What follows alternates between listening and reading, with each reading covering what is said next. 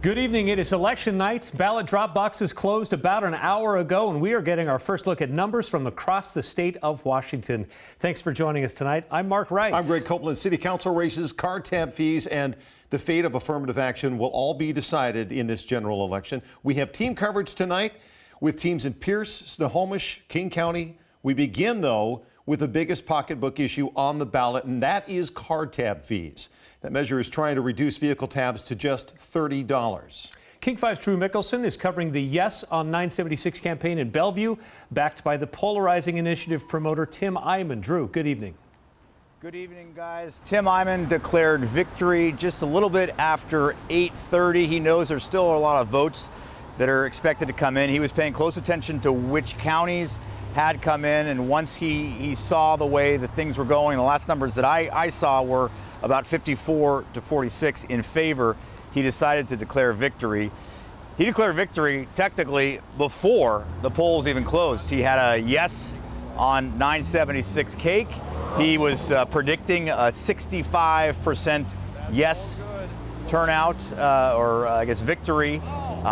His numbers are not looking that strong, but they were strong enough for him to declare victory about a half an hour ago. He says that this was really a decision that came down to honesty. He said honesty won. He felt like, and he campaigned on the fact that voters, in his opinion, had been misled by Sound Transit in 2016, and voters were upset when they saw their car tab bills, in some cases doubling, tripling, and he says that sticker shock got people to vote in this election in favor of Tim Eyman's initiative.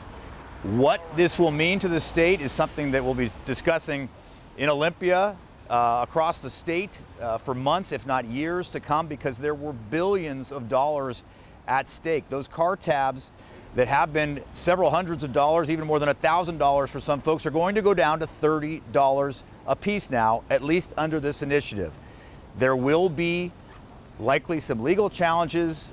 I can guarantee you lawmakers are already working up some ways to find patchwork for these dollars that, as of right now, do not appear to be coming back to the state. If this does go to a legal battle, Attorney General Bob Ferguson, as Attorney General, has to represent the initiative.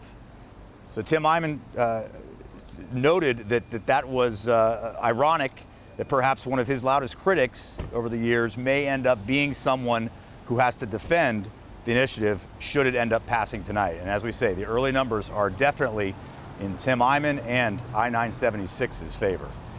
Live in Bellevue, Drew Mickelson, King 5 News. All right, Drew, thank you. And there are estimates that would cut about $4 billion in transportation projects over 6 years. So the fallout would be enormous if 976 passes. We now want to turn to the opponents of 976 to get their reaction. King 5's Glenn Farley is covering that part of the story tonight from Seattle. Glenn. Well, I'm going to talk a little quiet here because they're making some speeches, but we are at the No on 976 meeting right now. And I want to pan up right now to the map on the wall, and this is what's not good news. No, they're not conceding this yet, but basically every county you see that's posted so far, and that's most of them, that is green, are counties that have said yes to this. The counties that are yellow, basically there's about 4 of them up there are the ones that have rejected this so far. And even King County, where you have most of the votes, that is the single biggest concentrated place. This is not rejecting it by enough to sort of counteract all of this, but there is a lot yet left to go. Now, one of the people that I talked to earlier tonight is Senator Reuven Carlisle of Seattle. He's on the Ways and Means Committee in the state Senate, and I asked him, I said, how do you deal with this if, in fact, the Eyman initiative ends up winning? In the state of Washington and Glenn Farley in Seattle. Now, in the last several weeks, our Angela Russell has been following the money in this election. She joins us now live with more on who spent what on this campaign, because we know a lot of money was spent here. Yeah, this is the most fun part, don't you think? Yeah. I call this particular race my David and Goliath story. And not that there is a villain or a hero, but just in terms of resources. So if you can picture that. On one side, the campaign supporting I-976, the $30 tabs, not a lot of money raised, lots of small donations. In fact, less than $100,000 raised. But take a look at the opposition. The PAC, Keep Washington Rolling, raised more than $4 million. Actually, I was looking tonight. In the last few weeks, they went up to $500,000. That was 40 times more than Tim Eyman and the groups lobbying for those $30 tabs. So where did this money come from? Take a look. Amazon, $400,000. Microsoft, $650,000. Corporations and employees who believe they have a lot to lose. And look at all these other companies, Alaska Airlines, CenturyLink, T-Mobile, so many involved there. And then I want you to take a look at this next graphic, because it's also important. If we can scroll out to that, I think that's coming in just a moment. If it doesn't, I think the big question here was, all of this money spent enough to sway voters to keep them from wanting to pay these higher car tab fees? And it's looking like, based on the results, that was not the case. So again, $5 million spent to oppose this $30 car tab initiative. What's really compared to $100,000. It's crazy. What's interesting, Washington State doesn't have a state income tax. Right. The money has to come from somewhere, but yet we still have one of the highest tax burdens in the nation. So they get the money from somewhere. But how we pay for roads is really an interesting question, isn't it? It really is. I took a deep dive into our tax structure a couple of months ago. We have the highest gasoline tax, the highest sales tax, one of the highest sales taxes in the country. It's almost like we're being nickeled and dimed. And then some people do argue, if we had the state income tax and lowering some of the others, would that make a big difference? People can debate that all day. At the end of the day, if you're going to vote for $30 car tabs, a lot of people wanted to do that. Yeah, it sounds like it. Angela, thank you. Thanks.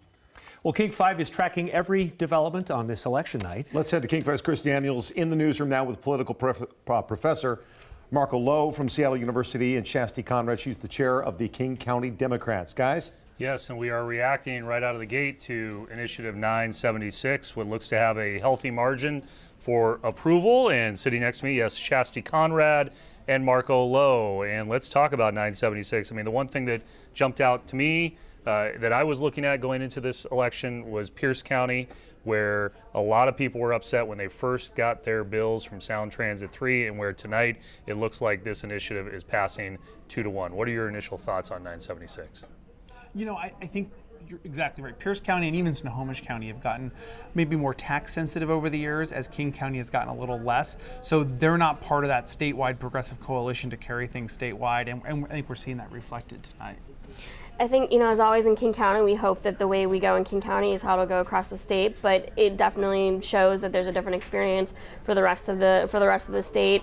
We were hoping that 976 would help with the traffic problem over here, and I think unfortunately it means we're going to be stuck in traffic for a while longer. Yeah, and keep in mind, obviously the Sound Transit issue affected a 3-county area, but really it's the entire state that's voting on this initiative, and you see the numbers there on your screen. A healthy margin that will have to be made up for this initiative to be rejected, the $30 car tabs, and it'll be interesting to see what happens at every municipal meeting, every meeting of Sound Transit, how everybody reacts to this with the amount of money that is being discussed. Metro Transit potentially could see a huge loss here of revenue. There's state revenue, there's city revenue, the Sound Transit numbers. Sound Transit had warned in advance a $13 billion difference in funding the project overall. So there are going to be some ramifications to this vote, and that is all dependent on what happens with the legal challenge. Now, looking at referendum 88, the numbers on your screen, what do you think of what we've seen so far on R88, I-1000, the votes coming in statewide? They're very close. It looks like only about a 1% differential. That makes me nervous. I hoped that it would be a much wider margin as well, but there's been a lot of voter confusion, the way that the referendum was written, how they collected signatures. I think there was a lot of confusion as to what exactly people were voting on and what they should choose on that, and I think that may be what we're seeing. And it was also lower profile. I think sometimes there was a point that Iman said, sometimes the ads against me may have helped me, and there was really no advertising on this race. So people probably were first introduced to it when they saw it on the ballot. And those are the numbers again. This is the affirmative action issue. And you see, yes, a lot of confusion on this. Perhaps is an indicator on the numbers we see, but you see a margin statewide of about a little over 12,600 votes. 12682 is the exact number on that one. So these are just a couple of the initiatives. We're going to be coming back talking about the Seattle City Council, some of the races around King County, where there's also been some interesting numbers as well. Marco Lowe, Shasti Conrad, we'll see you a bit later. Back to you. Okay, thanks to the three of you. All right, now to the race for Seattle City Council District 3. That's between incumbent Shama Sawant and challenger Egan Orion. Let's head live now to King 5's Natalie Swaby, who is with the Sawant campaign in Seattle. Natalie. Yeah, well, Sawant trying to seek a third term is trailing in the District 3 council race. Challenger Egan Orion, a first-time candidate, is ahead by 8 points. I'm going to show you the room right now. There's still supporters that are lingering around. She spoke to the crowd here for 30 minutes. She did remind them this is the first batch of numbers. It's not over. She told the room that they are going to need to fight hard. Now, she says that this election will decide who will run Seattle. She says, will it be Amazon and big business or the working people? Sawant, she's a socialist city council member. She says she can't be bought. She criticized her challenger, Orion, saying a lot of corporate money flowed into his campaign. She says what she's about is rent control, a Green New Deal. She's in favor of taxing big business and using that money to help the homeless and for housing. And she also says she's been in close races before and she's been able to win. She encouraged people in this room to stick with her through this struggle, and she says she's going to keep fighting. Right now we want to turn to Ted Land, who is with the Orion campaign. Ted, I'll send it over to you. Well, Natalie, Egan Orion is calling this a win. As soon as that first batch of returns came into the party here, there was a loud cheer. He got up in front of the crowd, started giving what really sounded like a victory speech to his supporters, thanking Shama Sawant for what he said was a spirited campaign and for keeping his campaign on its toes. He thanked the crowd for backing a political newcomer. And this has been a very closely watched race, Natalie, as you know, with the attacks really increasing in recent weeks. Sawant's team on almost every street corner here on Capitol Hill, reminding voters of the money from Amazon and big business, which went to back Egan Orion in this campaign. But those efforts apparently not enough to push her ahead of him at this point in the race. I spoke with Egan Orion right after those results came in. Here's some of what he told us. I'm concerned too. I don't want unlimited amounts of money coming into our local elections. And I said this publicly when Amazon dropped that $1 million in the last days before the ballots dropped, that I just felt like that was outsized for our little district races around the city. And because we're doing fine here in District 3, we had raised an unprecedented amount with our own campaign. And so we had all the tools to reach out to voters. I think that it became a distraction in the final days of the election.